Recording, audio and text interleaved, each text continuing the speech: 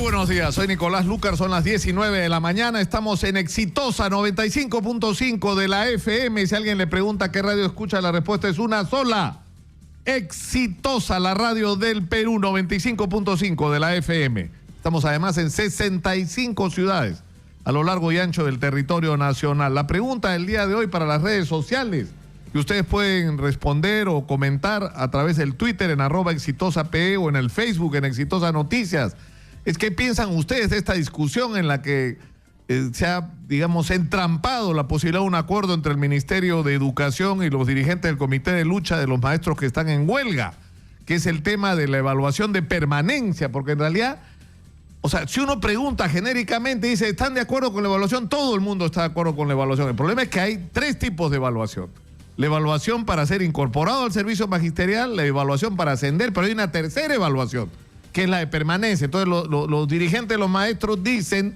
que esta tiene por objeto, ¿no? Es punitiva, dicen ellos. O sea, lo que quieren es despedir maestros con esto. Pero en fin, ese es el centro de la discusión y hablando se entiende la gente. Por lo menos ya tenemos claro cuál es el centro de esta controversia, por lo menos en este momento. Están con nosotros los congresistas Octavio Salazar y Wilber Rojas. Ellos son de Fuerza Popular y de Rosas, perdón. El otro día discutían con Manuel Rosas que la diferencia es uno es con Z, el otro es con S, ¿no? Pero vamos a escuchar lo que ha dicho Kenji Fujimori hoy día, que se ofrece de mediador. A ver, vamos a oír qué dijo Kenji Fujimori. Buscar levantar esta huelga. Los niños están a punto de perder el año escolar. Carajo, la educación es el puente hacia el futuro. Si seguimos así, ¿qué va a pasar con el país? ¿Va a avanzar? No, en vez de avanzar va a involucionar. Y la educación, no nos olvidemos que es un punto clave, es un pilar para el desarrollo de cualquier país. Es dolor carajo la educación de criminal. Señores periodistas. Congresista Fujimori. Exitosa. En el diálogo justamente que se ha tenido con los maestros y la ministra. Por eso reitero y hago un llamado a todas las fuerzas políticas para que se sumen a este diálogo. Tenemos que tender puentes, porque la educación es un sector clave para el progreso y el desarrollo. Tenemos que dejar de lado el color partidario, tenemos que dejar de lado el ego y dejar de ser mezquinos. Bueno, se ofrece, ¿no? De mediador, ¿no? Se ofrece de mediador Kenji Fujimori. Ahora, digamos, se han perdido lamentablemente días de clase, pero no estamos todavía a punto de perder el año escolar. O sea, va a haber que hacer horas de recuperación, porque hay que tener en cuenta que la huelga que empezó primero, que fue la del Cusco, que ya duraba más de 60 días, ya terminó, ¿no? Y lo que estamos enfrentando ahora es una huelga del resto del país que empezó. ¿Qué día, congresista Rosas? Usted que ha estado siguiendo paso a paso la huelga. El 12 de julio se dice. El 12 de julio. O sea, tenemos ya un mes de huelga, pero parte de esa huelga han sido días de vacaciones, ¿no es cierto? También, o sea que felizmente, pero igual es una afectación y es un problema el que estamos enfrentando. Y la pregunta es, ¿qué pasó? ¿Qué pasó? Primero al congresista Rosas, que participó directamente de esta situación absurda. Dicho sea de paso, yo la conté. Se molestaron conmigo algunos, ¿no? Porque conté lo que estaba pasando. Es decir, en el primer piso los maestros en una especie de hall, en el piso 12 creo que es la ministra en su despacho y los congresistas haciendo los buenos oficios de subir y bajar, llevando y trayendo. No, o sea, que era una situación de locos cuando lo razonable hubiera sido sentarse todos en una sola mesa, ¿no? Bueno, lo importante es que se abrió la posibilidad de diálogo. Creo que eso es lo más importante. Y esta posibilidad la generaron los propios profesores. En una reunión que hemos tenido en el Congreso, han participado todos los voceros. Estuvo también invitado Fuerza Popular, pero no asistió.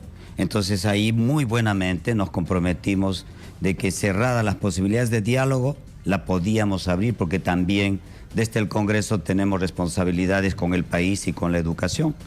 Y hemos hecho en ese propósito, hemos sido de veedores, pero hemos terminado de intermediadores. Y sucedió una situación muy difícil.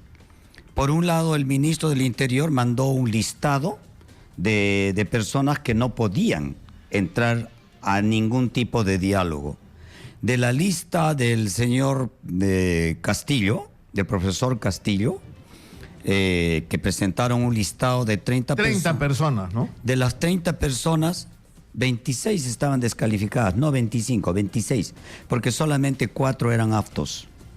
Entonces la ministra, como tenía el documento del Ministerio del Interior, en la práctica estaban saboteando esta... Ahora, pero eso es algo que yo no entiendo. O sea, ¿qué es lo que puede inhabilitar a una persona en el Perú para sentarse en una mesa? Esa es la misma pregunta que el los ministro ayer profesores dijo hacen. que iba a probar la vinculación. Yo volví a escuchar en la noche ya con tiempo porque estaba al aire en el momento que estaba hablando y sinceramente no me convenció de nada. O sea, lo que se ha sabido más bien es que el profesor Castillo Terrones estaba inscrito hasta hace poco en Perú Posible. Perú Posible, ni siquiera pues en el Frente Amplio. ¿No es cierto? O sea, ¿puede alguien imposibilitar? Eso es contra la libertad individual. ¿O cómo es posible que alguien que es un ciudadano que no tiene ninguna denuncia, ningún antecedente, de la noche a la mañana se convierta en un Movadef igual Sendero Luminoso? Eso es incomprensible. Y la gente que estaba ahí estaba indignada. Y lo digo así porque he sido parte de la comisión. Yo no estoy queriendo venir acá a hablar mal de la comisión. La comisión ha hecho un trabajo sacrificado, ha hecho un trabajo enorme. Hemos tenido las capacidades de estar tres noches. Yo fui testigo porque la primera noche, que fue creo que la peor de todas, la reunión iba a empezar a las 4 de la tarde y yo los he acompañado a partir de las 9 de la noche, creo que ha sido, y hemos salido a las 5:30, 6 de la mañana. Hemos estado saliendo a las 12 de la noche y regresando para regresar otra vez de 6 a 12 y regresar a ¿no? Así ahora, fue. Octavio Salazar, ¿cuál es la opinión de ustedes sobre esto? Yo creo que al final todo este proceso se ha terminado policializándose, ¿no? En lugar de ir a generar el diálogo, se policializa. Una mirada que uno tiene que darle a un Estado cuando se hace cargo un nuevo gobierno es comenzar a mirar, obviamente, los puntos, los lugares donde se van a generar conflictos, qué es lo que viene. Y para eso se tiene la inteligencia que te va a proporcionar. Entonces tú ya haces un diseño de las cosas que le van a venir y entonces comienzas tú a prever. Entonces, yo pienso que jamás estas personas debieron venir acá. Ahora escucho a la ministra de que ya no se va a hablar acá, sino se va a ir a las regiones, cuando debió empezarse por ese lugar. Ir a las regiones y desde ahí solucionar los problemas. O sea, lo que quieren hacer es resolver región por región, como se ha resuelto en principio con Cusco. Ahora, ¿qué ha pasado? Como siempre, una interlocución inválida. Hablan con el CENSUTEF, que no está en huelga. Van a hablar con los presidentes regionales, que no tienen nada que ver ahí. Claro. Entonces, y con cada uno de ellos resuelven la huelga. Y la huelga, en lugar de resolver, cada día se vuelve más grande.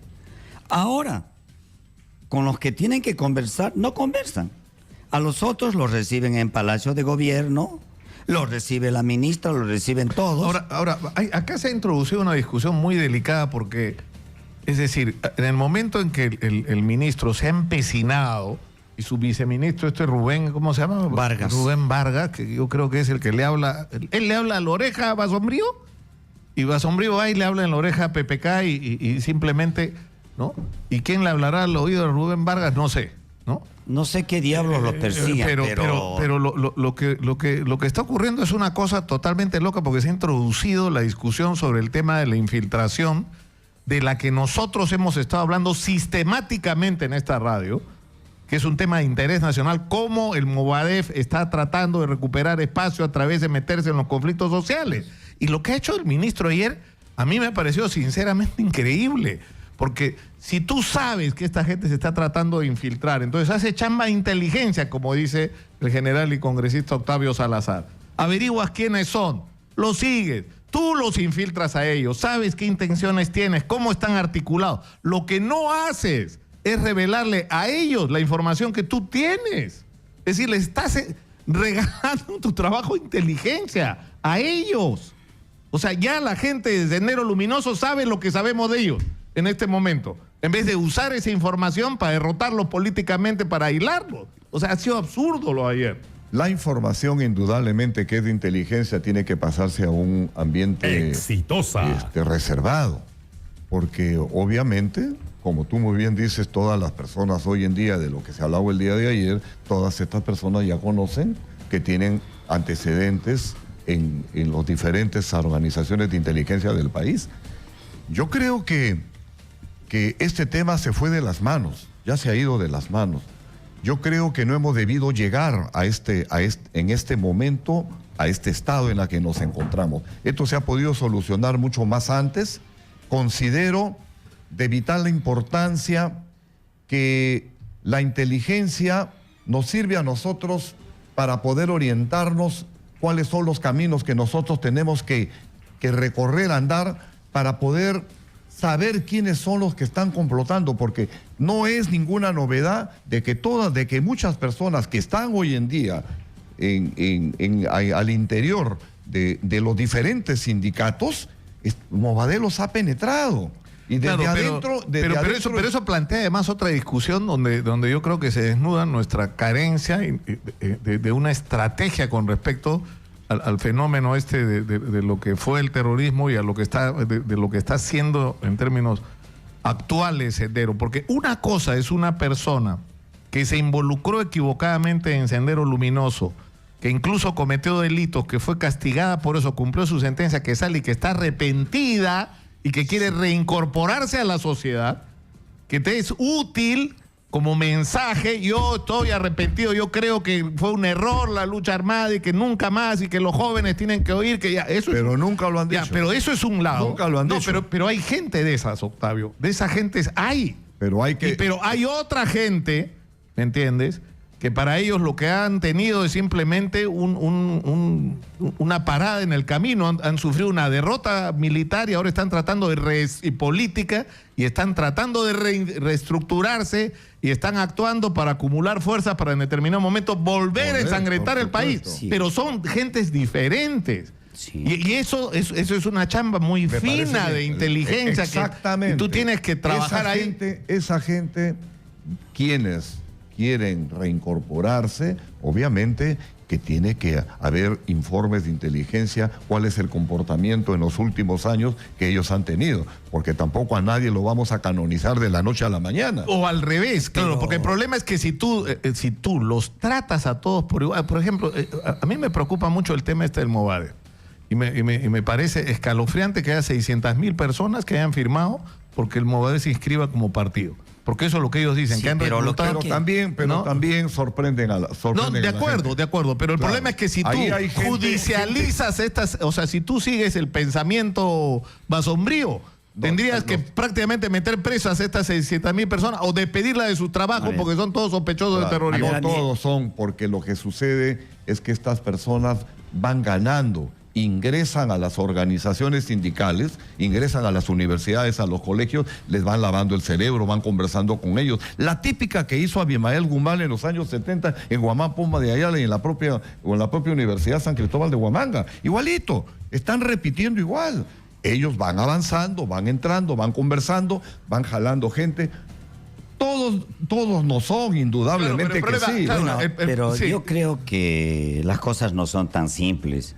Y también el informe que ha dado el ministro del Interior ayer, de fotografías y de cuadros, tampoco es como para decir qué extraordinario este ministro, ha hecho un buen trabajo de inteligencia. Son generalidades. Y yo creo que más bien la expectativa que creó en el país de que iba a denunciar a Pedro Castillo terminó siendo nada. Porque simplemente habla de asambleas en las cuales lo eligen. ¿Y qué más lo vincula? Aquí nadie viene a defender ni a Pedro Castillo ni a nadie. ni a Juan Palotes, pero lo que estamos defendiendo es que los derechos son derechos y que por lo tanto, también hay gente, permítame, Rosas, general, también hay gente, ¿no? lo que hay que ver es cuál es el metida. problema que está en el fondo. Problemas de profesores con salarios muy bajos, problemas de contratados y también de nombrados que tienen unas diferencias tremendas, los que tienen 24 horas y los que tienen 30 que no se van a poder acoger a determinados beneficios que tienen. Los contratados. Claro, Entonces, hay ese problema. El problema es que, el problema es hay que infraestructura que se cae, la calidad educativa no es de la mejor. Entonces, ¿qué ha pasado? Hoy día se ha vuelto una crítica simple. Profesores no quieren capacitarse, profesores no quieren evaluación. No es así. Yo he estado los 4 días con los profesores, hemos visto profesores que sí tienen una capacidad de aportar, hemos tenido bastante diálogo con ellos y no hemos visto esos que hay que tenerle miedo. Y eso es una evaluación que hemos hecho en conjunto. Claro, al final hubiéramos querido que esto termine levantándose la huelga, pero ahí hay 2 factores que son factores que se sospechan. Uno de los factores es que Fuerza Popular les haya dicho, ¿saben qué? Presentamos el proyecto de ley y porque esos que están reunidos, esos 6, no tienen capacidad para hacer ley sumados, no hacen nada, ¿no es cierto? Entonces, o sea que por eso no fueron ustedes a la... y la otra, voy a terminar con lo otro, voy a terminar con lo otro. ¿De dónde sale? O sea que usted, es decir, o sea, hay una cosa que es cierta, que ustedes no fueron, ¿no es cierto? Nicolás, si me permite. Pero escuchemos que termine. Por una razón. Hay un poder ejecutivo, que es el que tiene que gobernar. Nosotros estamos dando las condiciones también. Ahora ustedes han ido, nos parece muy bien. ¿Qué vamos nosotros a dudar de la presencia de ustedes y el soporte que ustedes han dado el día de ayer?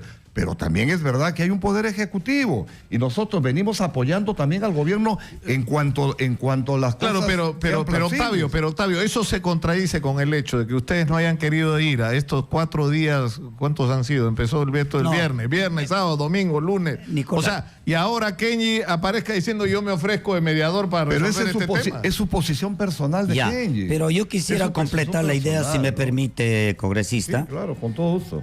Nadie tiene la seguridad que pasó. Lo que sí tenemos es las posibilidades de causales que hayan promovido esta situación. Porque los profesores salieron ya no a evaluar las como demandas, habían hecho en los días anteriores. Sino más bien salieron a informar. Pero cuando regresaron con otra posición. Ahí viene la sospecha. O hay una intromisión no es ninguna sospecha lo que sucede, o la otra es que los profesores que llegaron recién no tuvieron la información completa. Entonces, de lo que se había tratado. El tema. Estamos poniéndonos en casos, pero lo más, si me permite, congresista, a ver, yo le dejo hablar la palabra, por favor. Mire, lo que sucede también es que las bases del SUTEP han creído que esta solución de los 9 puntos son insuficientes, no satisface sus demandas y por lo tanto una huelga tan larga y tan dolorosa además, porque yo fui a ver cómo están durmiendo los profesores en los garajes sobre cartones, he visto que comen plátano con agua, esas cosas lamentable, pero esta huelga se ha presentado unos rostros increíbles. Ha presentado esos rostros de los maestros que vienen desde lejos a luchar por una causa. Y puede ser, uno no tiene una explicación de lo que ha pasado. Seguro que cuando hablemos con los profesores, no los explicarán cuándo sean las causas. Va a estar el profesor Pedro Castillo Terrones, ¿no es cierto? En unos minutos con nosotros más adelante. Yo creo que es importante precisar lo siguiente. Lo que pasa es que las dirigencias tienen secuestradas a muchas personas ideológicamente al interior de estas agrupaciones. Eso es lo que sucede. Obviamente, terminan de conversar, ustedes llevan el documento y a las finales se niegan a firmarlo. ¿Y por qué se niegan a firmarlo? Porque indudablemente lo que se tiene ya no es una situación primigenia la que motivó de que el SUTE saliese a la huelga, sino que ahora hay temas políticos, porque ya no están hablando de aumentos. Lo que se está hablando ahora, hay que entregar el 10% del PBI a la educación. Ya se están yendo por otro lado. Es evidente que acá hay un juego político de parte de pero eso no ha sido, al interior. Pero eso no ha sido el tema, entiendo, de discusión. Yo creo que... O sea, eso del 10% no fue que se ha roto el diálogo. Sí, pero está en el pedido.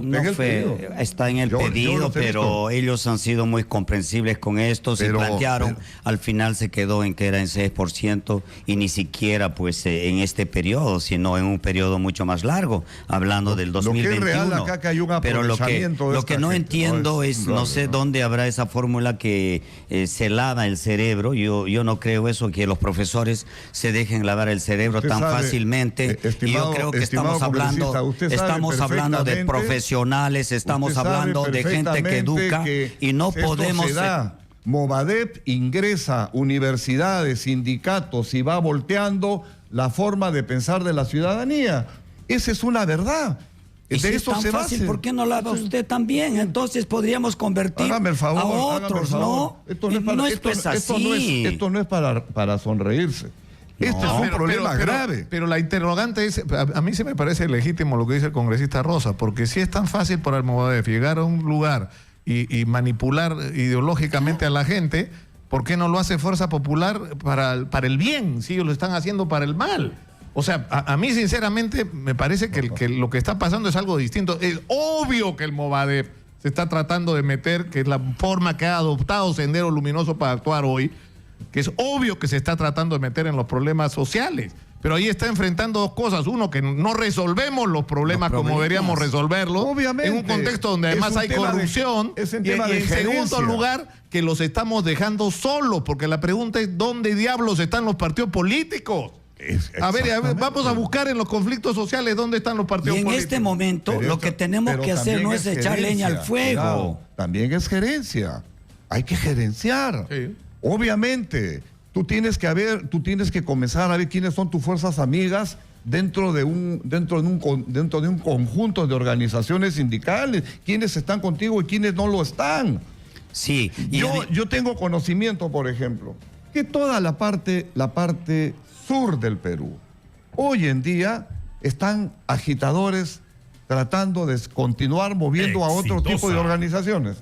Y eso es una verdad. Yo vengo del sur y yo no le voy a permitir, general, que usted hable en esos términos del sur. Los del sur no somos gente, decirlo, ¿no? La gente del sur no es que nos falta cerebro. Yo creo que la gente del sur sabemos defender lo defendible y nosotros creemos que caminamos por nuestra propia cuenta y no porque alguien nos lava el cerebro. Yo le quiero advertir eso. De ninguna manera usted se puede expresar de esa manera. Usted tiene que ser respetuoso con la gente y tiene usted que ser respetuoso con la población. Yo no estoy viniendo a mentir. El que está... ¿Cómo que no? Usted pone la cara como que usted prácticamente no sabe nada. ¿Saben lo que ocurre? Que lo que necesitamos es que esto que acaba de ocurrir acá no pase. Eso es lo que necesitamos. Pero hay que discutir también. Mientras ustedes están peleando acá, el Movadef está en la Plaza San Martín tratando de seducir a la gente. Pero esto no es pleito, es una conversación. Estamos aclarando posiciones y hay que hacerlo públicamente, porque hay gente que conoce perfectamente, conoce a Movadef y vienen acá a ponernos otra cara y hacernos lo bueno. No, la conversación es alturada cuando se respeta y cuando se respeta y cuando nos referimos a la población hay que referirnos con mucho respeto. La población tenemos que ¿Qué hace Movadef, señor, en las universidades? A ver, contésteme. Le hago la pregunta. ¿Qué hace Movadef? ¿Conversa con ellos? ¿Son profesores de ellos? Hágame favor, señor. Oiga, usted sabe perfectamente. Oiga usted, este cuadro que ha presentado ayer tan patético. Yo no avalo lo que el ministro ha presentado. ¿Qué ha pasado? Yo no avalo. Yo avalo lo que yo conozco. Ahora permítame hablar. Usted ha hablado. Permítame hablar. ¿Sabe qué? En este momento lo que hay que ver es qué posibilidades de diálogo tenemos que empezar. Exactamente. Porque el problema existe en este momento. Exactamente. Y si bien se han roto algunos canales en esta negociación, hay que volverlas a abrir. Y Esa es la idea. Yo lamentablemente Y en tenemos este que terminar De acuerdo. con la conversación con los invitados congresistas Wilber Rosas de Tierra y Libertad del Frente Amplio y el congresista Octavio Salazar de Fuerza Popular. Yo les agradezco muchísimo por haber estado con nosotros esta mañana. Vamos a ir a la pausa y tras ella vamos a regresar con Bruno Yufra, ministro de la Producción, que está... De transporte, perdón, es que me quedé que lo estaba haciendo tan bien en la producción, yo no sé por qué lo han mandado a transporte, sinceramente. Pero en fin, está como vocero. ¿Cuál es Bruno? Está haciendo Vocero buena del labor. Ejecutivo. Bueno, como ministro de Transportes y como ciudadano viene Bruno Yufra a tratar de enderezar las cosas porque se han ido por un camino por el que no debieron irse en ningún momento, señor. De eso vamos a hablar. Tras la pausa. Gracias. Volvemos con el ministro de Transportes que está acá en los estudios de Radio Exitosa. Continuamos con Nicolás Lucar en Exitosa.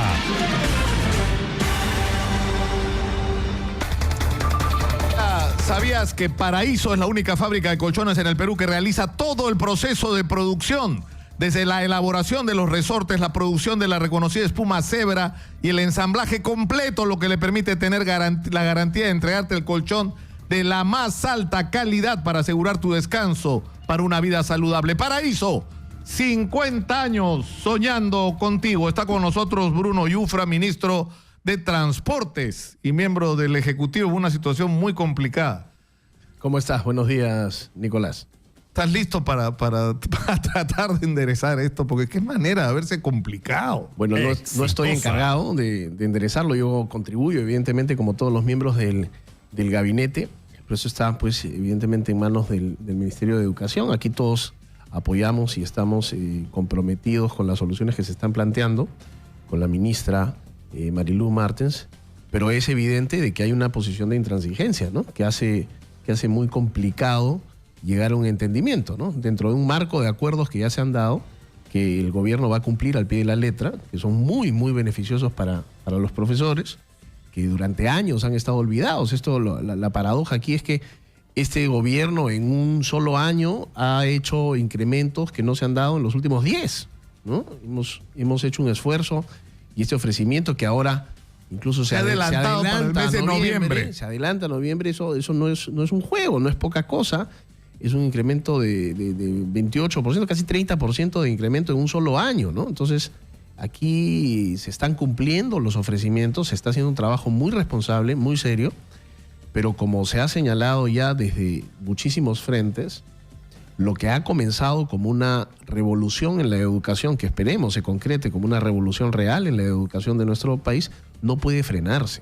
O sea, aquí no podemos confundir las cosas y cuál es el problema de fondo. Por un lado, el gobierno quiere continuar una reforma educativa que es fundamental para democratizar el saber y darle oportunidades a todos los peruanos de la misma manera, el acceso a oportunidades. Es algo que no puede discutirse y todo nace en la educación, que es la base, como tú bien sabes, del desarrollo de los pueblos. No hay cómo retroceder en ese frente. Ahora, el tema es cómo, o sea, acá hay un primer asunto que a mí me ha llamado la atención en la conversación con los maestros en las últimas semanas, que es, tú no puedes hacer una verdadera revolución en la educación sin una participación directa y comprometida de los maestros con el proyecto. Entonces, ahí empiezan los problemas, porque ahí es donde lo que tienes que resolver es el problema del diálogo permanente, constante, con los representantes directos de los maestros que están en el aula enfrentando los problemas que sufre la educación pública peruana. Sin duda. ¿No? Entonces, ahora, ocurre una huelga, la huelga elige a sus representantes y pero no son los conductos regulares de elección. No, claro, el problema que ha ocurrido es que hay en el camino una deslegitimación de la directiva. Eso es un problema que actual. lo tienen que arreglar ellos, no nosotros. Claro, pero el problema es que ya el gobierno se metió cuando dijo, por una resolución suprema, el Ministerio de Educación se establece que no se reconocerá a ningún dirigente que no sea aceptado con el Comité Ejecutivo Nacional, pero el Comité Ejecutivo Nacional, como lo ha aprobado esta huelga, no está legitimado por la base. Entonces, el mismo gobierno se ha puesto ¿no es cierto?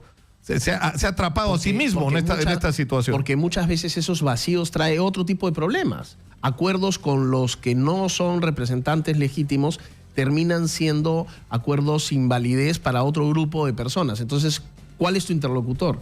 Tú tienes que tener un horizonte muy claro de cuáles son los pasos que vas a dar y con quién los vas a dar. Pero Bruno, cuando estás enfrentado a una situación que es indiscutible, hay una huelga.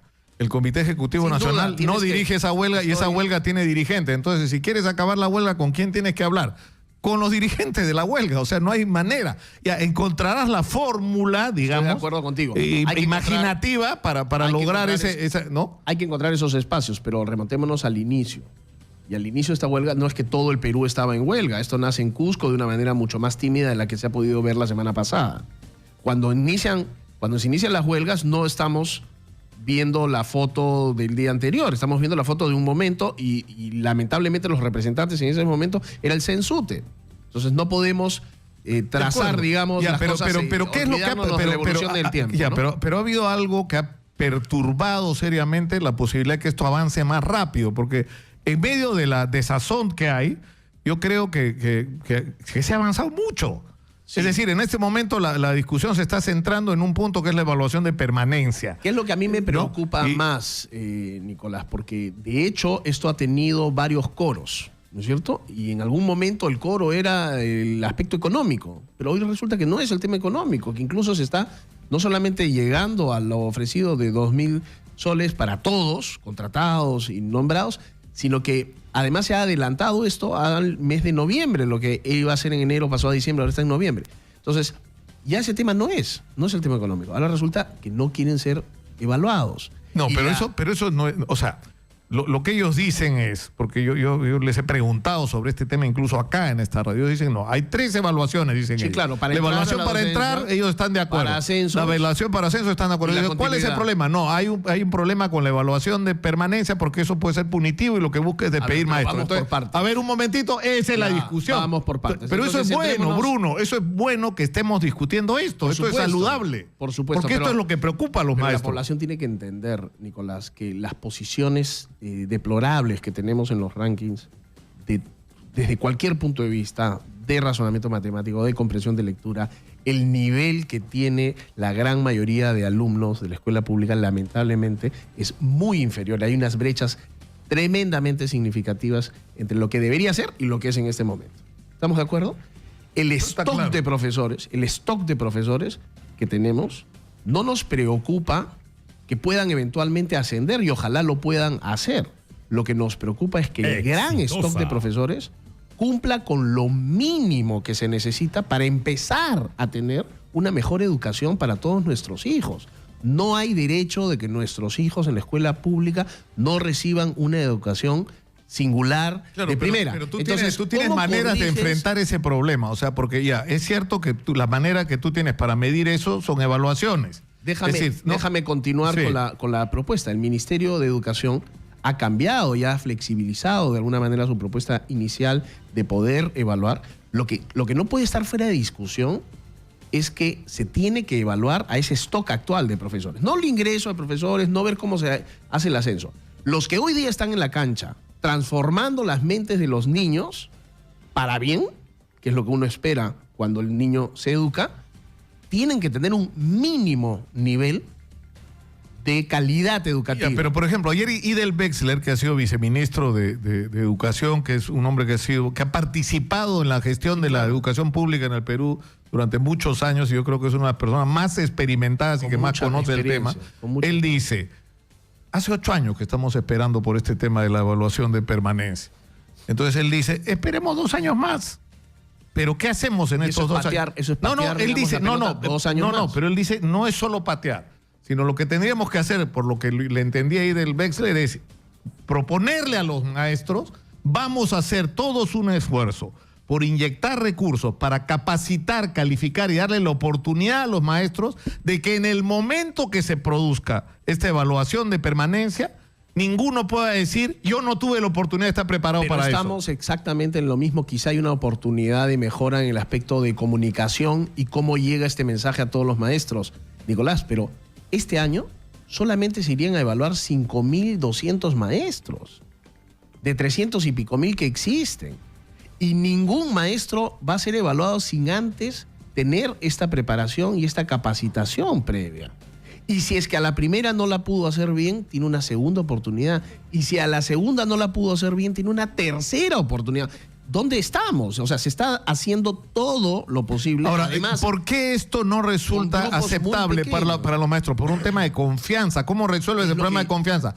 ¿Con la participación de los maestros en la gestión de estos procesos de evaluación? Mira, claramente hay dos grupos, porque hay ya un grupo de maestros que quiere ser evaluado, que quiere entrar en esta ruta virtuosa de ascenso, de tener logros y esos logros ser compensados, la meritocracia que se quiere. Hay un grupo que quiere ser evaluado, sin duda, pero hay otros que de pronto, por un tema de seguridad, por un tema de creer que no va a poder rendir frente a este proceso de evaluación, Exitosa. tiene rechazo y dice, oye, no, a mí déjame con mi sueldito, déjame ganando poco, pero no me evalúes y ni siquiera me hables de la posibilidad de tener un reemplazo en esta posición, así durante 3 exámenes o 3 procesos de evaluación, yo salga reprobado. Creo que esa no es la educación que nosotros queremos para nuestros hijos. La gente tiene que entender que el gobierno no puede echarse para atrás en algo tan elemental como la defensa de la calidad educativa en nuestro país. Eso es algo elemental. Todos tenemos que entender que eso tiene que cambiar. ¿Y por dónde empieza a cambiar? Por una evaluación que es básica. Aquí no van a ser pruebas de astrofísica o ingeniería nuclear. Estamos hablando de elementos básicos de evaluación. Lo que yo he escuchado con respecto a esto de las evaluaciones es que los maestros dicen, nosotros sí estamos de acuerdo con la evaluación, la discusión es sobre este tema de la permanencia, pero dicen que se evalúe no solamente los conocimientos del maestro, sino su desempeño en el aula. Pero eso es lo que se ha su ofrecido. el estímulo a los estudiantes, a la crítica, ¿no es cierto? Si tú me preguntas a mí en este momento, ¿por dónde pueden estar las llaves de solución de ese problema? Es justamente ver cuál es el tipo de prueba óptima que, rescatando la intención que se quiere de evaluar y motivar a que se preparen, no atropelle la expectativa de un maestro que dice, bueno, tengo de pronto 50, 55, 60 años, no voy a estar en este momento gratamente embarcado en la posibilidad de que me separen por no haber pasado la prueba. Hay que buscar un punto de unión y las formas pero ¿sabes cuál es el problema ahí? Que eso lo resuelve sentado en una mesa, conversando con los dirigentes de la huelga, todas las horas que sea necesario hasta que sea satisfactorio para todos. No es necesariamente cierto, te voy a decir, porque lamentablemente, y ahí yo entro nuevamente a tallar sobre la representatividad de los dirigentes. Lamentablemente los dirigentes, cuando llegas a un acuerdo, después te dicen, voy a consultarlo. Voy a consultar a mis bases. Entonces, ¿cómo es la nuez? ¿Estamos de acuerdo o no estamos de acuerdo? ¿Tenemos un paso dado o no tenemos un paso dado? Y si cuando vas a consultar las bases, los que están escuchando al dirigente le dicen, oye, no, de ninguna manera, yo no voy a estar acá rindiendo evaluaciones y sometiéndome a la posibilidad de ahora de que yo no pase los exámenes y me voten. Oye, si tú eres un ingeniero y no haces bien los planos, 1, 2, 3 veces y los edificios se caen, ¿qué pasa? ¿Tienes que seguir contratando al ingeniero? Si tú eres un médico, operas una vez, se muere el paciente. Ahora, ¿qué es lo que va a pasar? ¿Qué es lo que viene? O sea, ¿cómo se va a enfrentar esta situación según usted? La ministra ha sido muy clara. Hay una serie de logros producto de este encuentro y de esta posición, digamos, de entendimiento que se han dado. Y esos logros se van a cumplir para beneficio de la gran mayoría de profesores que yo estoy seguro lo que estaban buscando era básicamente tener una mejor posición antes de la huelga. Ahora, definitivamente claro, hay una cosa que es cierta y que yo creo que todos tenemos que reconocer, que dentro de lo lamentable que ha sido el llegar a esta situación extrema de una huelga y el perjuicio que esto está causando sobre todo a los estudiantes, es que, Dios mío, finalmente el país entero ha tomado conciencia de la grave situación de la educación pública en el Perú y que esto no se puede seguir sosteniendo así. Sin duda. Esta tiene que ser una prioridad nacional, una política de Estado, pero no en el papel, pues, el chiste ese que el acuerdo nacional firmó, sí, claro. ¿De qué nos sirve que esté firmado ese papel si no se convierte en realidad, no? Estamos hablando lo mismo, Nicolás. No, claro, no solamente es mejorar las condiciones del maestro, sino mejorar las condiciones de educación. Yo creo que son 2 puntos que no se pueden separar, no van divorciados, van de la mano. Mejorar las condiciones del maestro, sí, pero con los resultados que se esperan para poder salir de este ostracismo educacional que existe. Nuestros niños no pueden estar rezagados de la manera como están, sino qué país tenemos para las siguientes generaciones. Pero eso supone, es cierto, no solo que los maestros ganen lo que deberían ganar, sino que los maestros reciban el entrenamiento que deberían tener, el acceso a las nuevas tecnologías, a la calificación, a la modernidad, a todo lo nuevo que hay en la educación, los recursos para poder atender las necesidades de los alumnos. Nada de eso está ausente en la propuesta del gobierno. Nada de lo que tú estás diciendo está ausente en la propuesta del gobierno. Lo único que dice el gobierno es, oye, veamos cuál es la mejor forma, hagamos esto una realidad en términos de procesos de evaluación para lograr este objetivo de mejora. Si en el camino se necesitan materiales, se darán. Si en el camino se necesitan más capacitación previa a las evaluaciones, se darán. Nada de eso está en contra de lo que ha presentado. Pero aún así, cuando eso es una realidad escrita y propuesta por la ministra, y avalada incluso por, como testigos, los congresistas, está pues este truco que te digo, voy a consultar con las bases, regreso y no te firmo nada. Entonces, ¿dónde estamos? ¿Cuál es el fin último de esta huelga? ¿Político? ¿Qué se está buscando? ¿Por dónde va a estar la solución por parte de ellos? ¿Ellos qué cosa quieren? Bueno, la respuesta a esa interrogante la vamos a tener en unos minutos. Va a llegar, señora Magariño, va a estar el profesor Pedro Castillo Terrones, ¿no es cierto? Claro, ese señor Pedro Castillo Terrones tendría que responderle a los millones de niños que hoy día no están recibiendo clases, que ya en algunos casos son 2 meses sin clase. ¿Y cuál es la cuestión de fondo? Que esos niños sigan teniendo maestros que no se preocupan por la calidad de educación, que jamás van a poder ser evaluados. Hay un factor, Bruno, que ha sido, estamos con Bruno Yufra, para los que recién se conectan, estamos en Radio Exitosa, 95.5 de la FM, ministro de Transportes, y de alguna manera,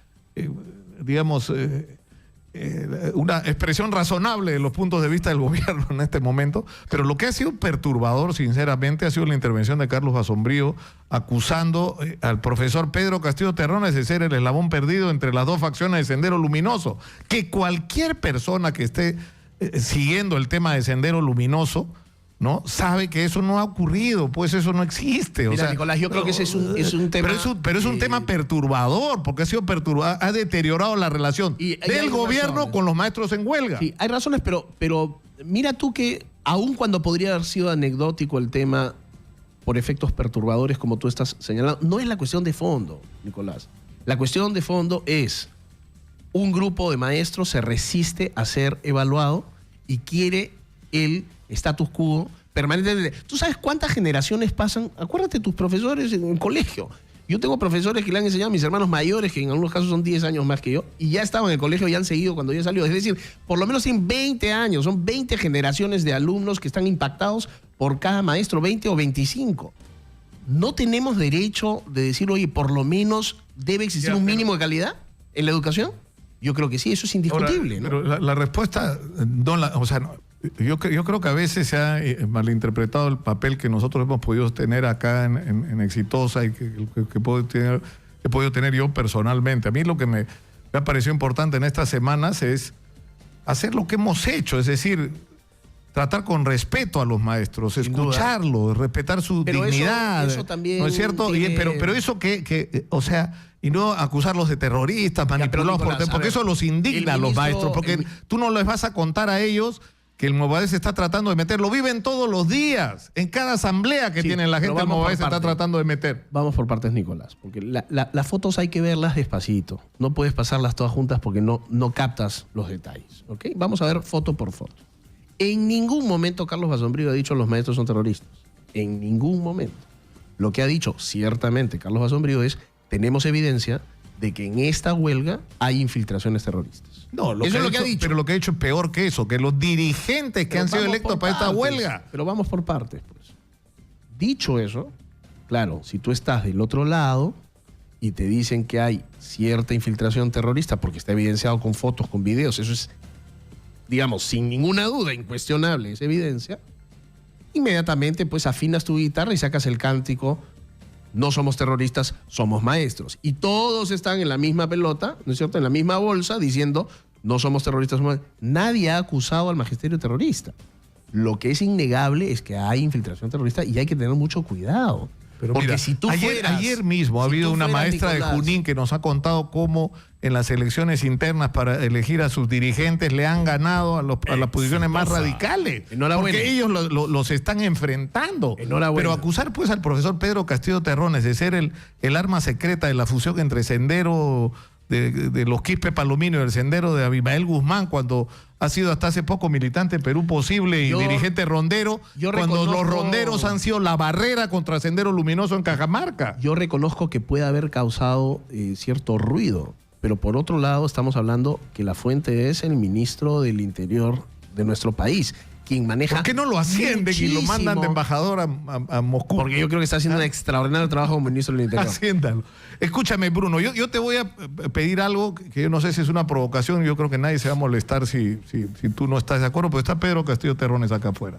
Sí, yo no voy a entrar a dialogar con Pedro Castillo. ¿Por qué no? Porque en primer lugar no me corresponde, no es, y este gobierno tiene claramente ordenada cuáles son las posiciones. Y en segundo lugar porque creo que nosotros tenemos una posición muy clara. Hemos cedido en todos los puntos que podíamos ceder. Hemos propuesto cosas concretas, Nicolás, Ya, pero de solución. ¿Y qué viene ahora? ¿Cuál es el siguiente paso? Ahora viene lo siguiente. Los profesores tienen que entender que ya han ganado bastante homologación entre contratados y nombrados, la deuda social, 200 millones destinados el próximo año. ¿Pero cuánto se los le debe? 2000 ¿Cuánto se le debe a los maestros? No tengo la cifra, pero vamos empezando pagando con 200 millones de soles, que es bastante más que cero. Este gobierno está haciendo un esfuerzo de incremento salarial de Pero ¿y el diálogo cómo va a continuar? ¿Hablando con las regiones? Yo lo que creo ahora es que el magisterio tiene que dar por recibida la buena noticia de que se ha logrado una serie de avances en su pliego de reclamos. En el único que no vamos a poder nosotros renunciar, no vamos a poder dejar de atender es la exigencia de la calidad educativa. Ahora, y ese es un tema que inclusive... Yo te pido una cosa, sí. Bruno, que no se va a pasar por la radio porque no es mi interés, ni mucho menos. O sea, otra cosa que ayudar a que este asunto se resuelva. Que ahora que salgas te vas a cruzar inevitablemente con el profesor Pedro Castillo Terrones. Y lo saludaré. Lo saludarás y escúchalo 2 minutos. 2 minutos. Y te aseguro que en 2 minutos, con la inteligencia que tienes, te darás cuenta que de terrorista no tiene nada. Pero yo no estoy acusando de terrorista a nadie, Nicolás. Quiero dejar las cosas muy claras. Lo único que aquí vale la pena a nivel constructivo, como tú estás señalando, qué podemos hacer para construir una solución, es, señores, ya se ha logrado un planteamiento concreto. Ya tienen un sueldo mejorado en casi 30% en un único año de gobierno que tenemos, con la propuesta de llevar el PBI de educación un par de puntos más, que es lo que aspiracionalmente se está deseando, pasar de 4 a 6.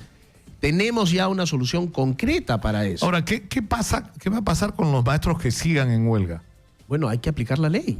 ¿Y qué va a significar eso? ¿Despidos? ¿Descuentos primero? ¿Despidos después? Que primero serán los descuentos y después se iniciará un procedimiento administrativo que termine en el despido. Eso dicta la ley.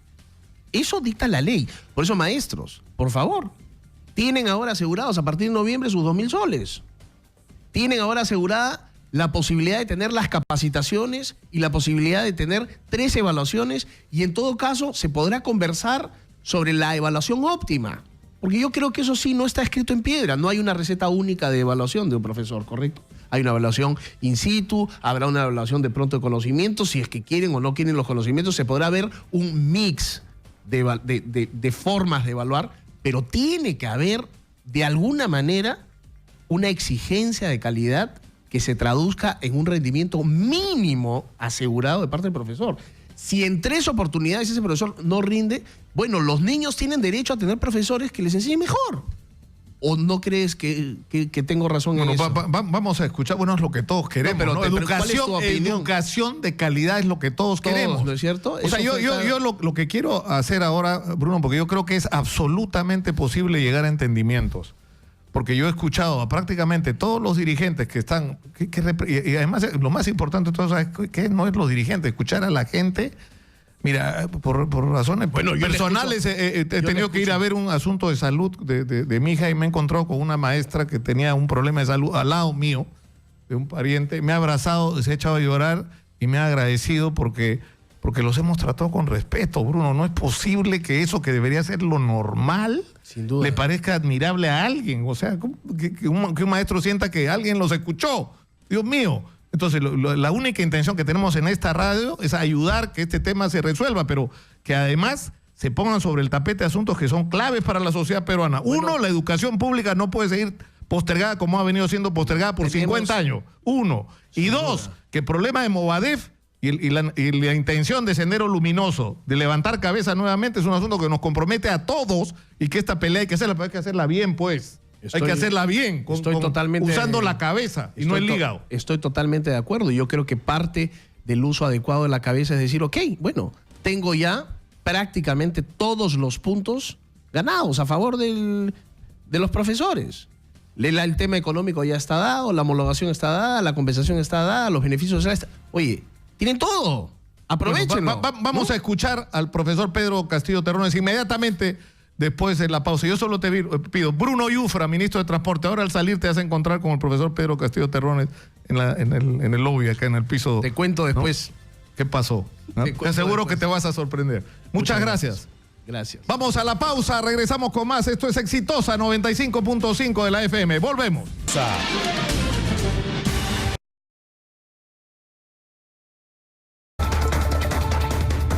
Estamos de regreso, esto es Radio Exitosa 95.5 de la FM. Estamos también en todo el Perú, en 65 ciudades a lo largo y ancho del territorio nacional. Radio Exitosa, la radio del Perú, y esta es una mención de nuestro auspiciador. ¿Sabías que los colchones Paraíso son los únicos que cuentan con un chip que contiene todo el ADN del colchón? Su fecha de fabricación, sus insumos y materiales. Este chip te asegura la garantía y la calidad del colchón Paraíso para tu mejor descanso y para tener una vida saludable. Paraíso, 50 años soñando contigo. Antes de seguir adelante, quiero hacer referencia a un mensaje que me ha mandado un maestro y que me ha parecido muy fuerte.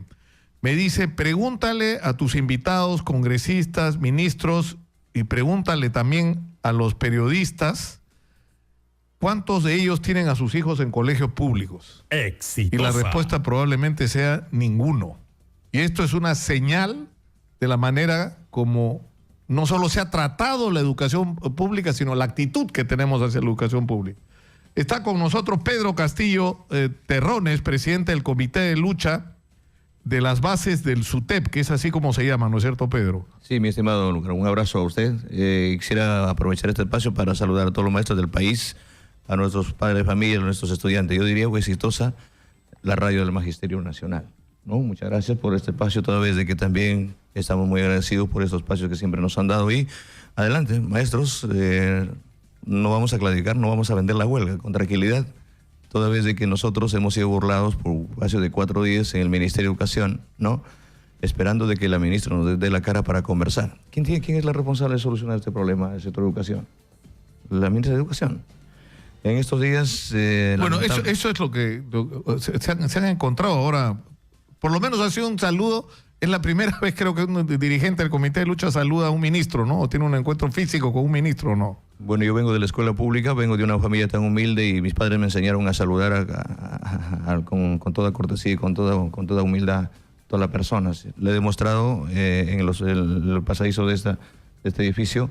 Y bueno, al parecer también creo que está sintonizada la situación por parte del gobierno de no querer dar la cara para solucionar el problema, ¿no? Pero en todo caso nosotros vamos a ver de qué manera hacemos este eco, esta apertura del diálogo.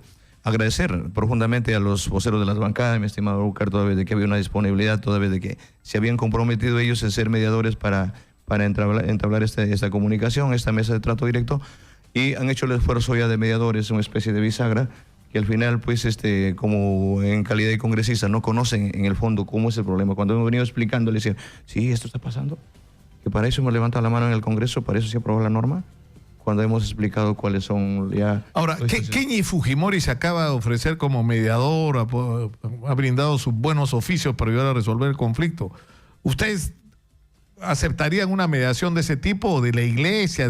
O sea, ¿cómo se va a resolver esta ruptura del diálogo que ha ocurrido en las últimas horas? Bueno, un llamado no solamente a los políticos, sino también a todas las personas que sienten comprometidas con el desarrollo del pueblo, entendiendo que la educación es la única arma para el desarrollo del país, ¿no? Este es un problema a la cual no solamente ya es un problema del magisterio, sino es un problema de la educación en su conjunto, porque ya se tiene que agendar un problema de esta naturaleza, en cuanto al presupuesto, en cuanto a la situación totalmente triste y vergonzosa, la situación económica del magisterio, la falta de motivación al maestro, ¿no?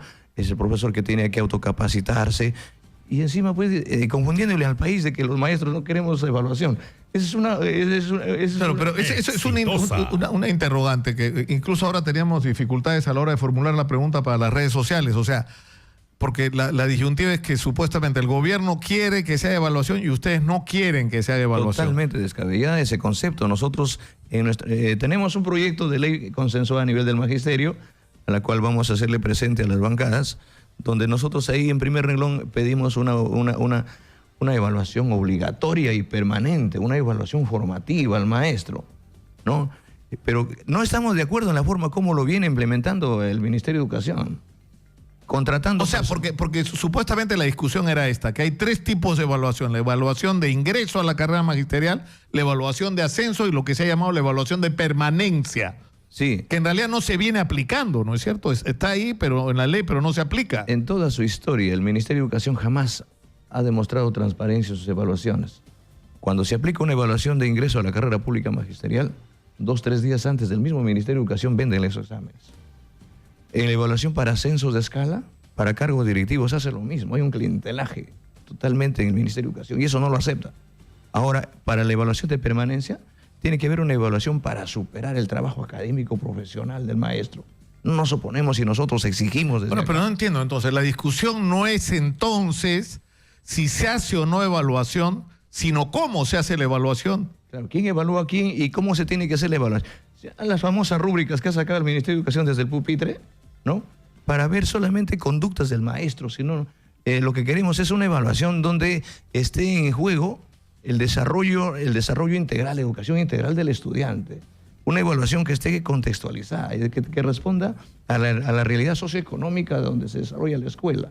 No atendiendo a modelos. Claro, porque acabamos de hablar con Bruno Yufre y la idea que él tiene es que lo que está ocurriendo con ustedes es que hay una franja de maestros que no están necesariamente calificados para ejercer la función y que no quieren ser evaluados y que eso es lo que los... ¿no? Y que esa es la postura de ustedes, de proteger a maestros que no están calificados para ejercer la función magisterial. Totalmente descartamos eso, toda vez de que si en el camino existe algún profesor, por ejemplo, que quiere tomar la educación como un cachuelo, eso también no podemos defender lo indefendible. Si el profesor no tiene la voluntad y no tiene la vocación y al final hace lo contrario, totalmente en acuerdo con la finalidad de que estas cosas el profesor tiene que asumir su responsabilidad como tal. Para eso ha sido formado y lo que queremos defender acá es que al profesor se le dé todas las herramientas necesarias antes de ser evaluado y luego que sea una evaluación formativa. El profesor, cuando asumimos una responsabilidad y queremos que estas cosas estén a la altura de la actividad científica, tecnológica, del avance, también el profesor no podemos quedarnos atrás. Exigimos en ese contexto. Ahora, pero sinceramente, Pedro, no entiendo entonces qué es lo que ocurre. O sea, porque al final el diálogo se ha roto por el bendito artículo 23 de la Ley de Educación que habla del tema de la evaluación de permanencia. Sí. Y lo que ustedes dicen es, no es que no quieren evaluación de permanencia, sino la discusión es, digamos... Lo que queremos es que en el articulado 23...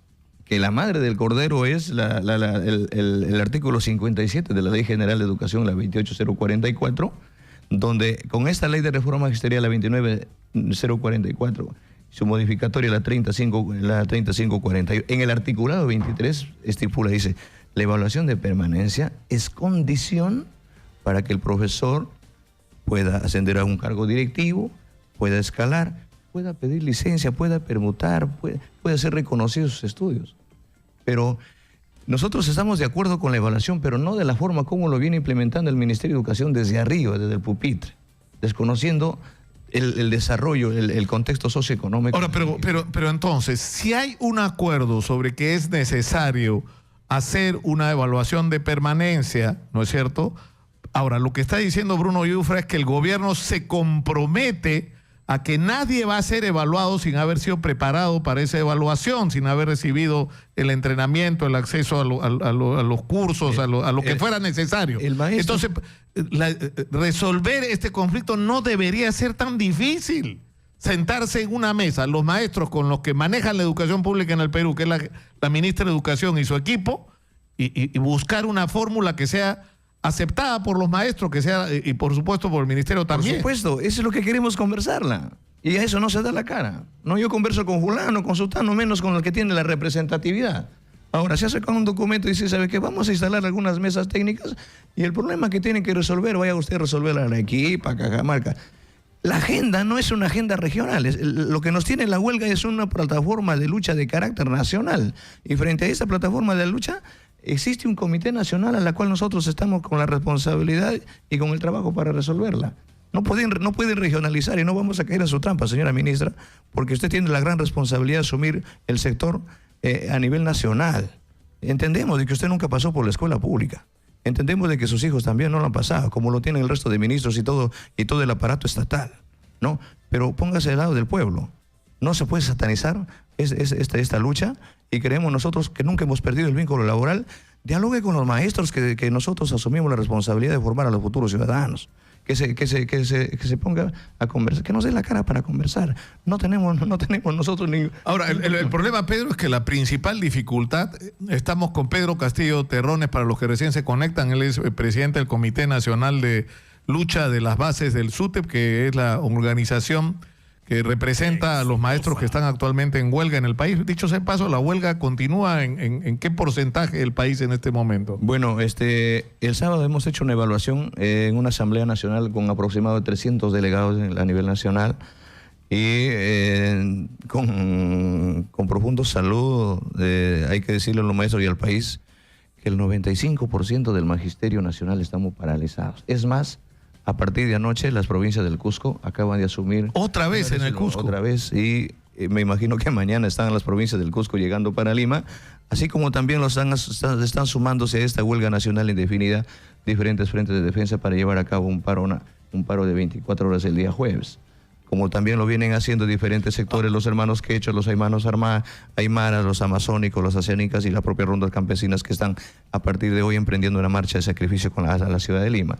Ahora, la principal barrera para este encuentro entre las autoridades del ministerio, la ministra y las autoridades del Ministerio de Educación y los representantes del Comité de Lucha son los cargos que ha levantado Carlos Basombrío y que ayer ha tratado de sostener en el Congreso, diciendo que en realidad el Comité Nacional de Lucha y en particular Pedro Castillo Terrones, ¿no es cierto?, han sido elegidos en base a un acuerdo entre el SUTECONARE y el Movadef para poner a alguien que ustedes son como así el mascarón de los sectores violentistas que tratan de volver a incendiar el país. Es una leguleada más, es un refrito que demuestra que el gobierno en su conjunto no está en la capacidad de resolver el problema de la crisis educativa en el país, ¿no? Se ha demostrado en los hechos, ¿no?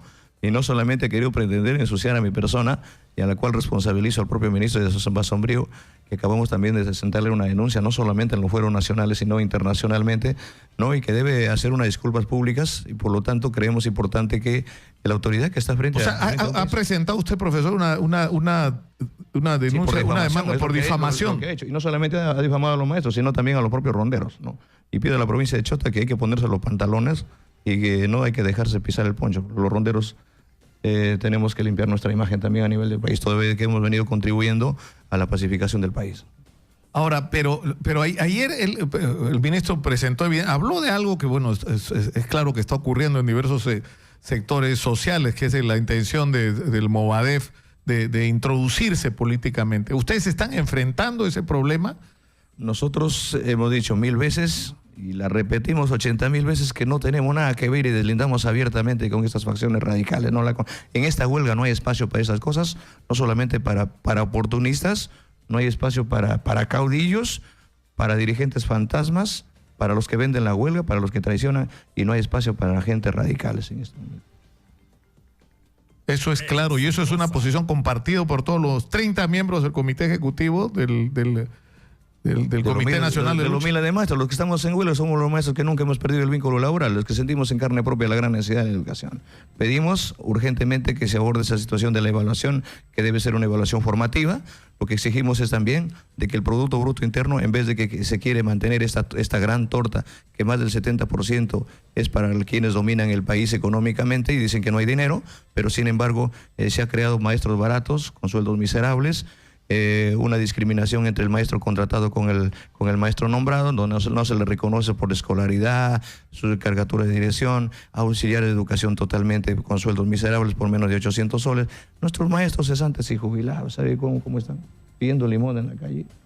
Por otro lado, creemos importante que este aumento de Producto Bruto Interno, no le estamos pidiendo que lo haga ahora. Que se entablea la mesa de diálogo permanente con la Convención Nacional, con el Comité Nacional de Lucha. Estamos pidiendo de que el presupuesto del Producto Bruto Interno del sector de educación hasta el bicentenario debe llegar al porcentaje del 6%. No, del 6%, como dice el Acuerdo Nacional. Como lo dice el Acuerdo Nacional. Tiene que haber una voluntad. Porque se ha dicho, no, ellos han puesto como condición del 10%. El problema es que se dicen muchas cosas que ustedes dicen. O sea, dicen... Esa es nuestra plataforma de lucha, pues. O sea, es un sueño. Usted le pregunta a cualquier ciudadano quién no quería que sea el 10%, pero estamos para ponernos de acuerdo en la mesa. Ahora, en cuanto al piso salarial, que nos dice, no, pues hemos gastado millones de soles, ¿qué cosa quiere? Ya les hemos aumentado. Eso de oficio tenía que asumirla ya el presidente de la República, toda vez que en campaña tenía una promesa del piso salarial. Pero eso no es suficiente, señor presidente. ¿Cuánto gana usted? ¿Cuánto ganan sus ministros? ¿Por cuánto maestro gana cada uno de los ministros? Y sin embargo, dice, aparte que es esta huelga que es un derecho constitucional, la Contraloría de la República con los gobiernos regionales, quitándole el pan de sus hijos, quieren que miles de maestros se le quite el pan de sus hijos, dejen de estudiar sus estudiantes. Ahora yo escuchaba, ahí está poniendo en pantalla las imágenes que ha presentado Basombrío, ahí dice que ahí está abrazando Pedro Castillo Terrones a un Movadef o un CONARE o no sé de dónde, ¿no? Porque esas son imágenes de una asamblea, ¿no? Los que me han elegido son los que están en la calle ahora conmigo. Los representantes de miles de maestros que estamos ahí en una asamblea nacional de 18 regiones, ¿no? Y que de una u otra forma, por problemas internos en cada una de las regiones, no pudieron asumir esta asamblea nacional, ¿no? En todo caso, nosotros cuando hemos asumido esa responsabilidad, lo hemos asumido desde las bases.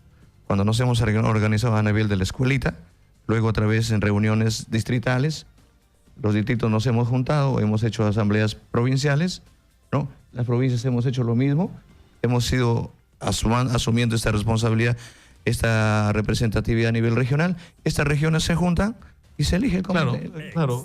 O sea, el tema es que no, lo que usted dice resulta creíble cuando uno ve la fuerza que tiene la huelga. O sea, la gente de base del magisterio se siente representada, está participando en esta huelga. Y yo creo que eso debería hacernos pensar de otra manera con respecto a quiénes son los dirigentes que tenemos al frente. Ahora, lo que me preocupa es cuál es la solución, hasta cuánto va a durar esto, cuáles son las vías para retomar el diálogo. La pelota está en la cancha del gobierno. O sea, no nos vamos a permitir otra mesida más, toda vez de que agradecer de verdad a los voceros de las bancadas que han hecho un esfuerzo, y pedimos en todo caso de que es la propia ministra de la Educación la que tiene que dar la cara. O sea, si se produce una reunión entre la ministra de Educación y los representantes del Comité Nacional de Lucha, y si en esa reunión se abre una mesa de diálogo para discutir cómo manejar el bendito artículo 23 y cómo van a hacer las evaluaciones, eso sería, aparte de todas las otras cosas que se han adelantado, la posibilidad de levantar la huelga o no. Bueno, nosotros teníamos conocimiento en todo caso de que el Congreso le daba facultades legislativas al Ejecutivo para ver específicamente este articulado. Que el Ministerio de Educación proponga una modificatoria de esta norma, en todo caso ver el articulado 23, la Ley de Reforma Magisterial, por todas veces de que es nuestra lucha, tiene que tener resultados inmediatos a mediano y largo plazo. El resto del trabajo se tiene que aperturar una mesa responsable, permanente, ¿no? El Comité Nacional de Lucha a través de esta mesa, pues que se hagan programas, en todo caso reuniones permanentes para ver cómo se soluciona, porque no es solamente la parte remunerativa y la parte de la evaluación. queremos ver sobre la situación de la estructura curricular. Los maestros claro, pero por eso, a lo que yo voy, es que es posible, o sea, no es que ustedes están en una posición, como se dice, maximalista, o nos dan toda nuestra plataforma o la huelga no se levanta, ¿no? No. Se tiene que solucionar las cosas, toda cosa se soluciona dialogando. Si la ministra de Educación dice, venga para conversar y van a hablar directamente conmigo, ¿cuál es el problema? Vamos a concurrir. Nosotros hemos demostrado en la práctica que no somos un equipo de dirigentes que se dice lo que dice en la calle, lo que nos han pintado de tantas cosas. Somos un equipo de dirigentes de apertura, de diálogo, de entendimiento, y que para eso hemos venido, estamos conversando. El sector de educación, ¿quién la tiene que encarar? El responsable del sector, pues con sus empleados, con sus trabajadores. Como lo tiene que... Ahora, hay un último punto al que ha hecho referencia Bruno Yufra hace un rato, en el sentido de que ustedes tienen que llevar a sus bases cada tema que plantean. O sea, digamos, ya pongámonos en un mundo ideal que ojalá pudiera realizarse dentro de pronto, que la ministra los convoque a una reunión y se siente con ustedes, y que probablemente a partir de eso Carlos Basombrío tenga que renunciar. Bueno, tendrá que irse, por eso yo digo que lo asciendan a embajador en Rusia y listo, ya está resuelto el problema. Entonces se sienta la ministra Marilú Martens con los miembros del Comité Nacional de Lucha. Se hace un acuerdo para hacer una mesa de diálogo específica, entre otras cosas, sobre el tema del artículo 23, ¿no es cierto? Y cómo sería el fraseo de ese artículo 23, ¿no? Claro, lo que queremos... Eso ya sería un paso adelante para ustedes para motivar el levantamiento de la huelga, ¿no? Hay temas inmediatos que hay que asumir. No olvides, mi estimado Lúcar, que nosotros simplemente somos dirigentes en esta huelga nacional indefinida. O sea, nosotros cumplimos nuestro trabajo en esta huelga, volvemos a las aulas, detrás de nosotros no existe ningún otro interés. Lo que sí tenemos que hacer es transparentar nuestro pliego de reclamos, ¿no? El profesor tiene que irse con algo concreto a las aulas, ¿no? Donde se garantice la alimentación de nuestros estudiantes, la capacitación permanente a los maestros, donde una remuneración tiene que ser digna. Por ejemplo, en el piso salarial no estamos pidiendo, ¿sabe qué? Esto que es tan intransigente. Estamos dándole un plazo, que se establezca un plazo de remuneración al 2021 equivalente a una UIT. Y no nos nos quieren entender. Concerniente a la evaluación de desempeño, queremos que el Ministerio de Educación se garantice que si vamos a capacitarla, vamos a evaluarla, pero que no sea punitiva. Que no nos lleven a una guillotina, al suicidio laboral. ¿No es cierto? Todas esas cosas. Porque ¿sabe qué es lo que pasaría si se dan estas cosas? Miles de maestros en la calle que después de ser expulsados o despedidos tienen que denunciar al Estado para su reposición. Que miles de estudiantes, sus hijos de estos profesores, no van a volver a las aulas y van a dejar estudiar la universidad. Miles de familias quitándoles el pan. Eso estamos defendiendo. Mientras tanto, los de arriba, felices sin contribuir con el desarrollo de la educación peruana y con la precaria economía del magisterio, ¿no? No hay nada acá que nosotros nos haga cambiar. Cuando nosotros tengamos algo concreto en la mano, pues nosotros como dirigentes le diremos a nuestros agremiados, ¿saben qué, señores? Esto es lo que se está consiguiendo, esto es lo que hemos luchado, esto tenemos, y así es que a partir de mañana vamos a estar juntos con nuestros estudiantes. Bueno, yo le quiero agradecer mucho al profesor Pedro Castillo Terrones, presidente del Comité Nacional de Lucha de las Bases del SUTE, por estar con nosotros. Yo, sinceramente, cada vez que lo escucho, o sea, me convenzo más de que no tiene ninguna lógica el no sentarse a conversar con ustedes en este momento. Directamente, la gente que sabe y maneja la educación peruana, ¿no es cierto?, que tiene capacidad de decisión, quiero decir, sobre la situación de la educación peruana, que es la ministra de Salud y su equipo. Y que esto debería ocurrir al menor tiempo o el menor plazo posible, ¿no? Y nada más, ¿no? Nada más. Muchas gracias. Muchas gracias, a usted. Un abrazo y para adelante. La huelga continúa, queridos maestros del Perú. Vamos a la pausa, regresamos con más. Esto es Exitosa 95.5 de la FM. Volvemos. Muchas gracias. Continuamos con Nicolás Lúcar en Exitosa.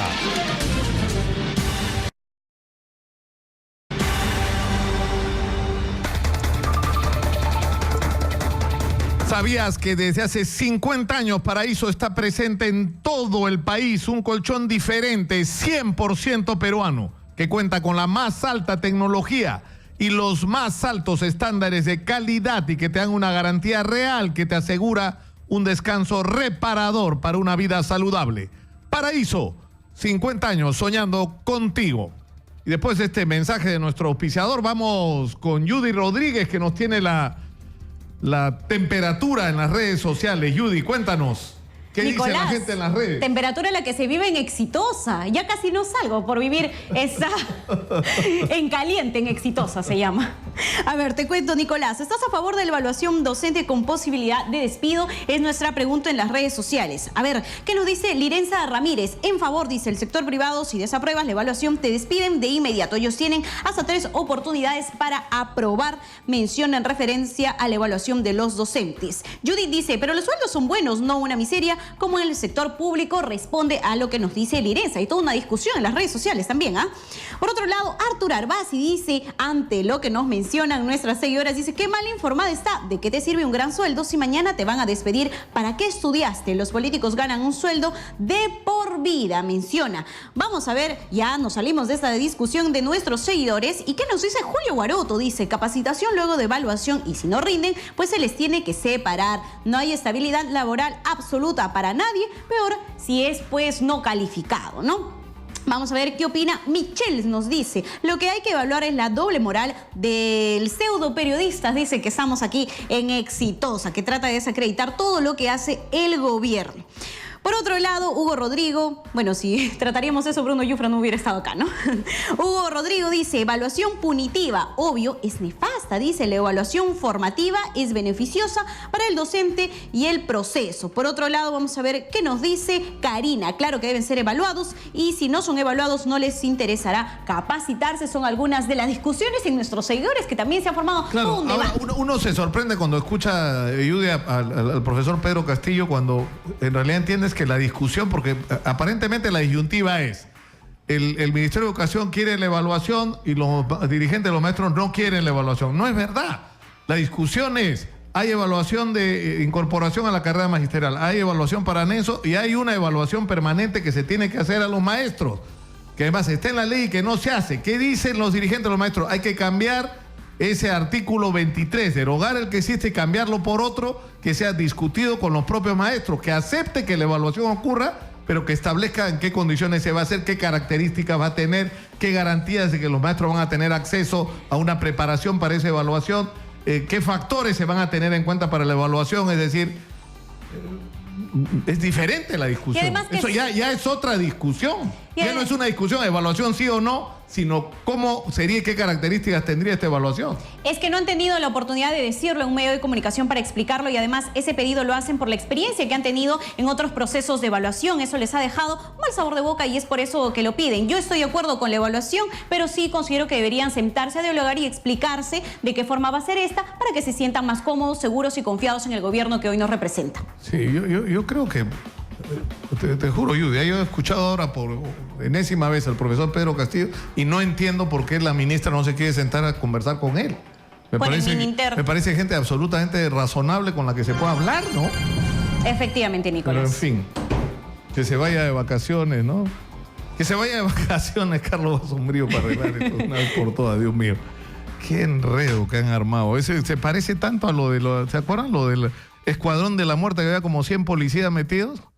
Y al final se desinfló como un globo y hasta ahora nadie ha dado una explicación razonable de cómo pudieron patinar de esa manera. Erika Rado, ¿dónde está Erika Rado? En el Congreso de la República. Adelante, Erika.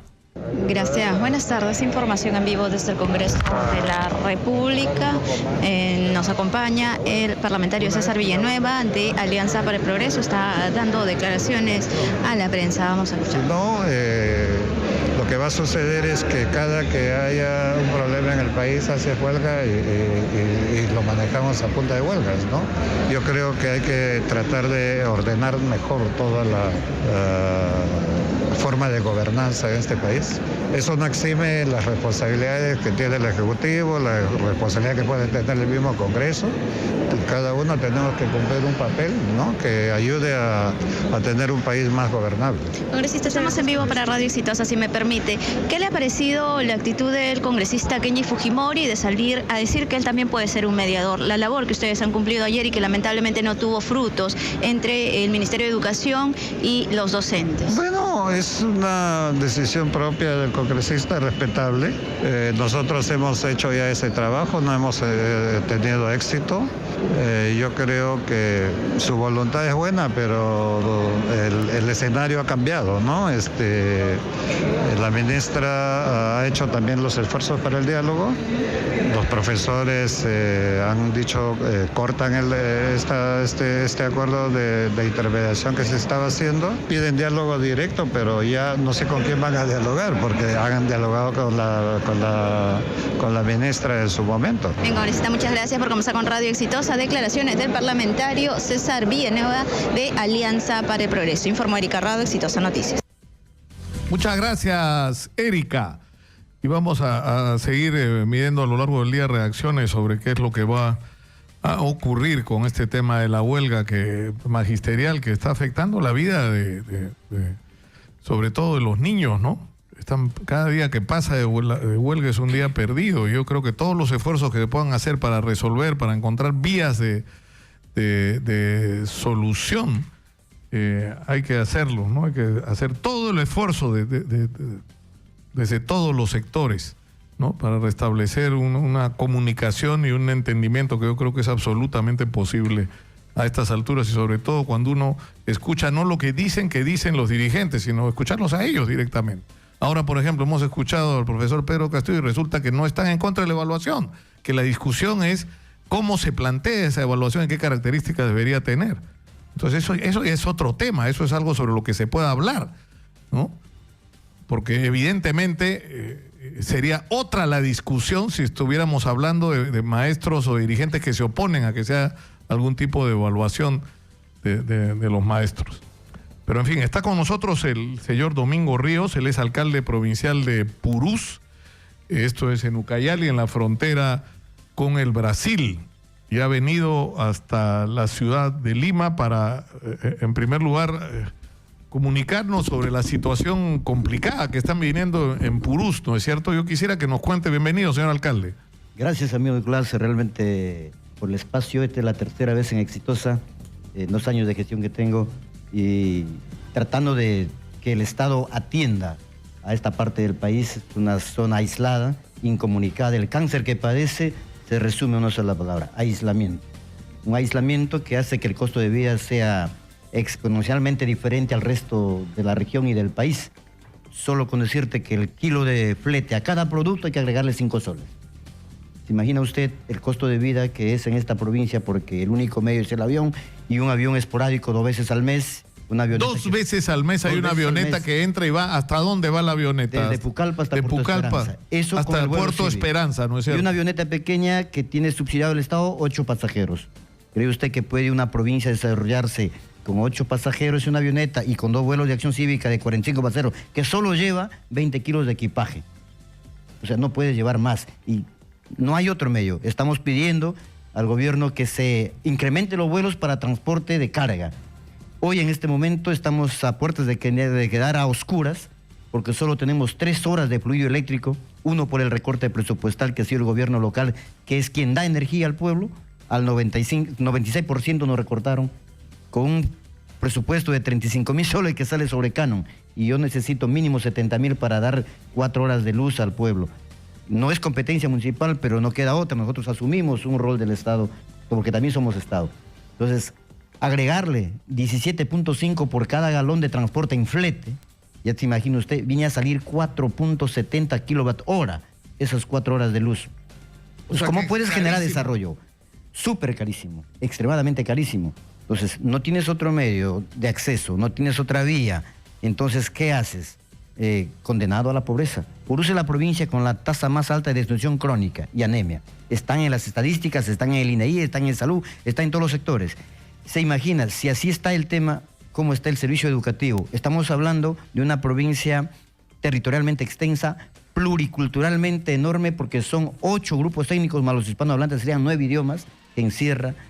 Provincia muy rica en recurso natural, pero con una presencia del Estado totalmente acéfala, totalmente olvidada. Entonces, acudo a usted y le agradezco por este espacio, porque quisiera que el Estado entienda que también las fronteras son el Perú, y no solo las ciudades grandes y mucho menos solo Lima. O sea, alcalde, usted lo que nos está diciendo es que tienen que 4 horas de energía, 3 horas de energía al día. De 6 a 9. Y de la más cara que hay en el país. Desde la más cara. De 6 de la tarde hasta las 9 de la a noche. 9 de la noche.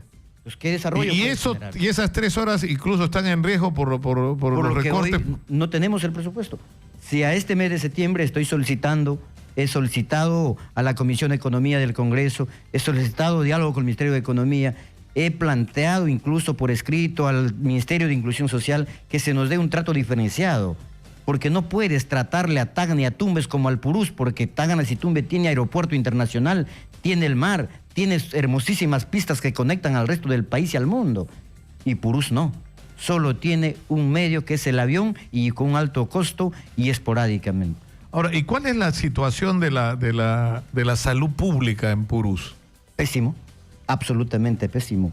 Encima de que no hay un buen servicio de salud, los enfermos que ahí tienen cualquier mal son evacuados a Pucallpa y los evacuados son indígenas charanahuas, cachinahuas, marijás.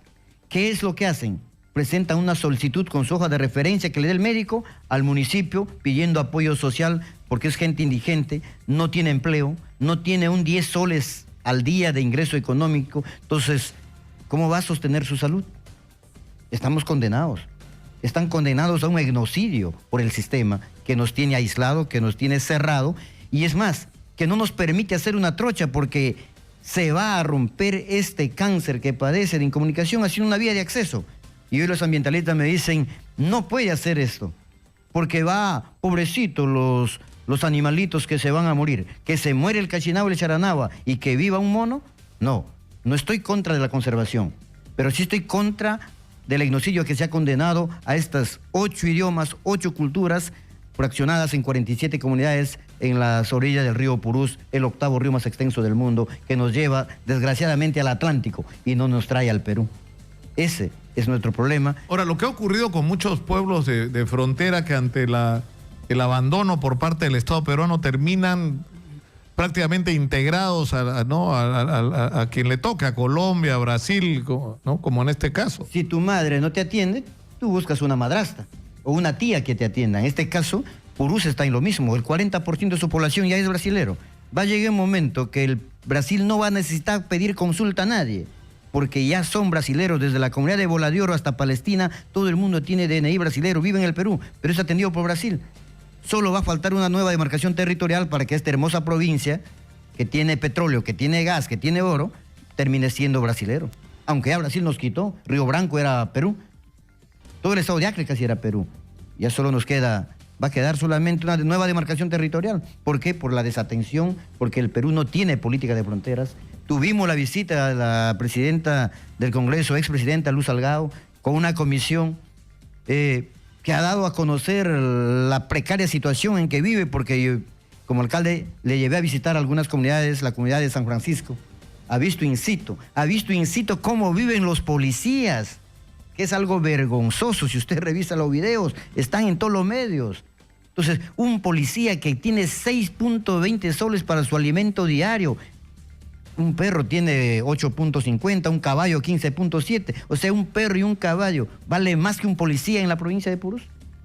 O sea, es algo que no tiene explicación lógica, no tiene cuestión humana. Estamos totalmente abandonados. A eso obedece mi presencia. Y a eso obedece que en este mes de noviembre vamos a salir caminando desde Purús hacia la transoceánica, a Iñapari, porque es la ruta más cercana a nosotros. 250 kilómetros, del cual existe Ahora, 150. Solo nos falta 120. Ustedes dicen, hay que hacer una carretera, pero los ambientalistas dicen no, porque eso sería romper el equilibrio ecológico de esa zona, ¿no? O sea, romper el equilibrio.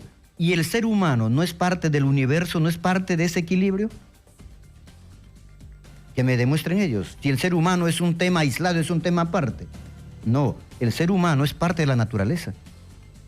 El ser humano tiene el mayor derecho que cualquier otra especie, si nos vamos al orden teológico y si nos vamos al orden constitucional, que dice el artículo 2, inciso 11 de la Constitución, a mi amigo Lúcar. Textualmente dice que el ciudadano peruano tiene derecho a transitar libremente por su territorio. Y usted me dice que yo no puedo hacer una conexión física porque eso es un parque, es una reserva. O sea, ¿no vale la constitución política en esta parte del país? Ahora, y no hay iniciativas, es decir, yo hablaba con el presidente regional de Loreto y me hablaba de estos bonos verdes que hay de conservación del ambiente, es decir, solo por el hecho de tener lo que tenemos en términos de Amazonía, de selva amazónica, de bosque tropical, deberíamos tener acceso a recursos que permitan que en Purús la vida sea totalmente diferente, ¿no? Exacto. ¿De qué sirve tener, usted ve en las redes sociales, el Purús es el único lugar en el mundo con la intangibilidad, con la biodiversidad que tiene? No hay otro ya en el mundo, en el planeta. Pero ¿de qué me sirve estar en un espacio rico? Es como si usted tendría 3 hijos y tiene una congeladora lleno de comida y sus hijos son tuberculosos. ¿Tendría lógica? No tiene lógica. Un hermoso territorio con más de 3 millones de hectáreas cuadradas, con una intangibilidad enorme, con recurso natural enorme, pero con gente desnutrida, con gente anémica, con una educación totalmente cero. Estamos en cero si usted revisa el sistema estadísticamente, con salud totalmente en cero. Entonces, ¿qué desarrollo vamos a generar de esta manera? El Estado como Estado recibe por conservación del bosque. Recibe, pero ¿dónde se administra? El problema es distribución de recursos, el problema es distribución de riqueza. O sea, por conservación de los bosques, el Perú recibe como Estado. Brasil, como lo recibe varios países amazónicos. Pero ese dinero no lo ven en Purús. Pero llega al pueblo, no llega un solo centavo. No llega un solo centavo. 3 horas de luz es darle al pueblo lo que el pueblo cuida. Y son poblaciones que han cuidado milenariamente estos espacios geográficos de la Amazonía. Y que han tenido la inteligencia suficiente de conservarlo. ¿Nos quieren dar cátedra de conservación los que destruyeron el mundo? ¿Me puede decir un alemán a mí cómo conservar el bosque si son los que han destruido la naturaleza, la capa de ozono y todo el planeta?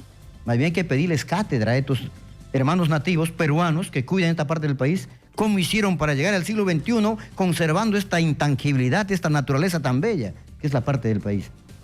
A ellos hay que pedirles cátedra. Y no me vas a venir a decir a mí que no tumbe un árbol porque el mundo se va a morir. Porque Europa está contaminándose. Las multinacionales que cierren sus fábricas, pues siquiera un día al mes. Pero no me condenes a esta población a la pobreza. Ahora, señor alcalde, estamos con Domingo Ríos, el alcalde provincial de Purús. Ustedes están escuchando la dramática situación que se vive allá en Puerto Esperanza. ¿Cuántos habitantes hay en Purús? Hemos ido creciendo demográficamente. De 10.300 y tantos que éramos, hoy pues solo quedamos 2.000 y tantos ciudadanos. Cada día se va, más de 9.000 personas ya se están yendo al Brasil, porque el Brasil sí tiene política de fronteras, educación gratuita, salud, atención de salud gratuita, encima que le dan la educación y la salud y la energía gratuita, los servicios de internet, hasta universidad han puesto en la provincia de Santa Rosa, que es la vecina nuestra, ¿no? Todos los servicios del Estado, todo lo básico, gratuito, y encima dan una pensión. Al niño que está en etapa escolar tiene una pensión de 400 reales. Al anciano que tiene de 50 años por arriba le dan 800 reales para vivir. Entonces, claro, es apetecible. Los programas sociales ahí sí funcionan. Y en el Perú, ¿qué se lo da? Ahora, ustedes han enviado una carta al Papa Francisco a raíz de su visita a Puerto Maldonado y lo han invitado a que vaya a Puerto Esperanza, ¿no? Nosotros lo hemos invitado a Puerto Esperanza y producto de esta respuesta por la difícil acceso que es, ha decidido nuestro líder mundial de la Iglesia Católica, que es el Papa Francisco, visitar la Amazonía y en Puerto Maldonado.